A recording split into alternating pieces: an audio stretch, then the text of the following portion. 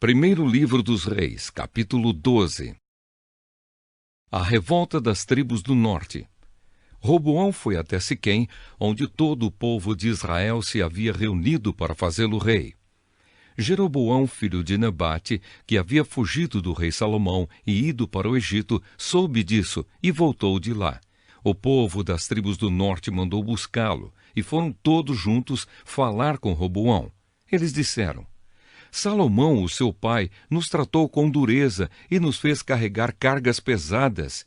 Se o Senhor tornar essas cargas mais leves e a nossa vida mais fácil, nós seremos seus servidores. Roboão respondeu: Voltem daqui a 3 dias, e aí eu darei a minha resposta. Então eles foram embora. O rei Roboão foi falar com os homens mais velhos, que haviam sido os conselheiros do seu pai, e perguntou: Que resposta vocês me aconselham a dar a este povo?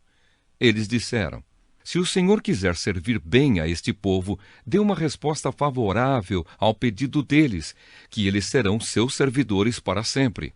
Mas Roboão não seguiu o conselho dos homens mais velhos, e foi falar com os jovens que haviam crescido junto com ele e que agora eram os seus conselheiros. Que conselho vocês me dão? Perguntou ele. O que é que eu digo a este povo que está pedindo que eu torne as suas cargas mais leves? Eles responderam: Você deve dizer o seguinte: O meu dedinho é mais grosso do que a cintura do meu pai. Ele fez vocês carregarem cargas pesadas. Eu vou aumentar o peso ainda mais. Ele castigou vocês com chicotes. Eu vou surrá-los com correias. 3 dias depois, Jeroboão e todo o povo foram falar de novo com o rei Roboão, como ele havia mandado. O rei desprezou o conselho dos homens mais velhos e falou duramente com o povo, como os jovens haviam aconselhado. Ele disse: O meu pai fez vocês carregarem cargas pesadas. Eu vou aumentar o peso ainda mais. Ele castigou vocês com chicotes. Eu vou surrá-los com correias. Assim o rei Roboão não atendeu o povo. O Senhor Deus fez com que isso acontecesse para confirmar aquilo que ele, por meio do profeta Aías de Siló, tinha dito a Jeroboão, filho de Nebate. Quando os israelitas viram que o rei não ia atender o seu pedido, começaram a gritar: Abaixo Davi e a sua família! O que foi que eles já fizeram por nós? Homens de Israel, vamos para casa! Que Roboão cuide de si mesmo!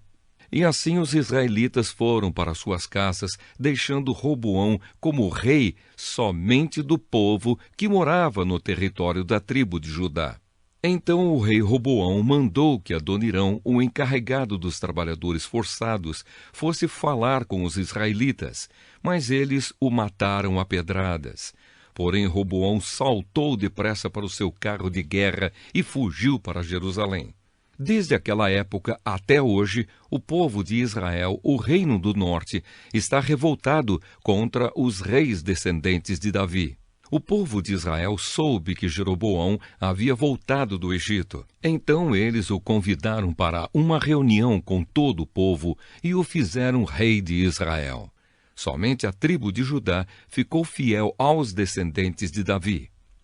A profecia de Semaías.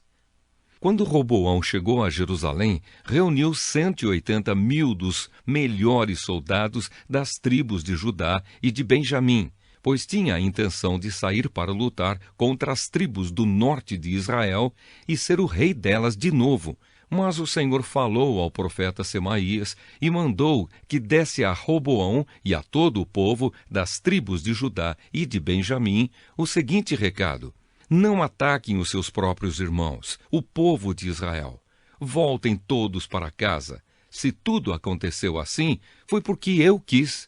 Então eles obedeceram à ordem de Deus, o Senhor, e voltaram para casa. Jeroboão afasta-se de Deus. O rei Jeroboão de Israel cercou de muralhas a cidade de Siquém, na região montanhosa de Efraim, e morou um pouco de tempo ali. Depois saiu e cercou de muralhas a cidade de Penuel. Então pensou: do jeito que as coisas estão, se o meu povo for a Jerusalém oferecer no templo sacrifícios ao Senhor Deus, os corações deles vão cair para o lado de Roboão, rei de Judá, e eles me matarão. Por isso, ele fez 2 touros de ouro e disse ao seu povo: já chega de ir a Jerusalém para adorar a Deus. Povo de Israel, aqui estão os seus deuses que tiraram vocês do Egito. Ele colocou um dos touros de ouro em Betel e o outro em Dan. E assim o povo pecou, indo adorar em Betel e em Dan. Jeroboão também construiu lugares de adoração no alto dos morros e escolheu para sacerdotes homens que não eram da tribo de Levi. A adoração em Betel é condenada. Jeroboão também deu ordem para que houvesse uma festa religiosa no dia 15 do 8º mês, como a festa que se realizava no reino de Judá. No altar de Betel, ele ofereceu sacrifícios aos touros de ouro que havia feito e pôs ali em Betel os sacerdotes que serviam nos lugares de adoração que ele havia construído nos morros. No dia 15 do 8º mês, dia que ele mesmo havia escolhido, foi a Betel e ofereceu um sacrifício no altar, celebrando a festa que havia criado para o povo de Israel.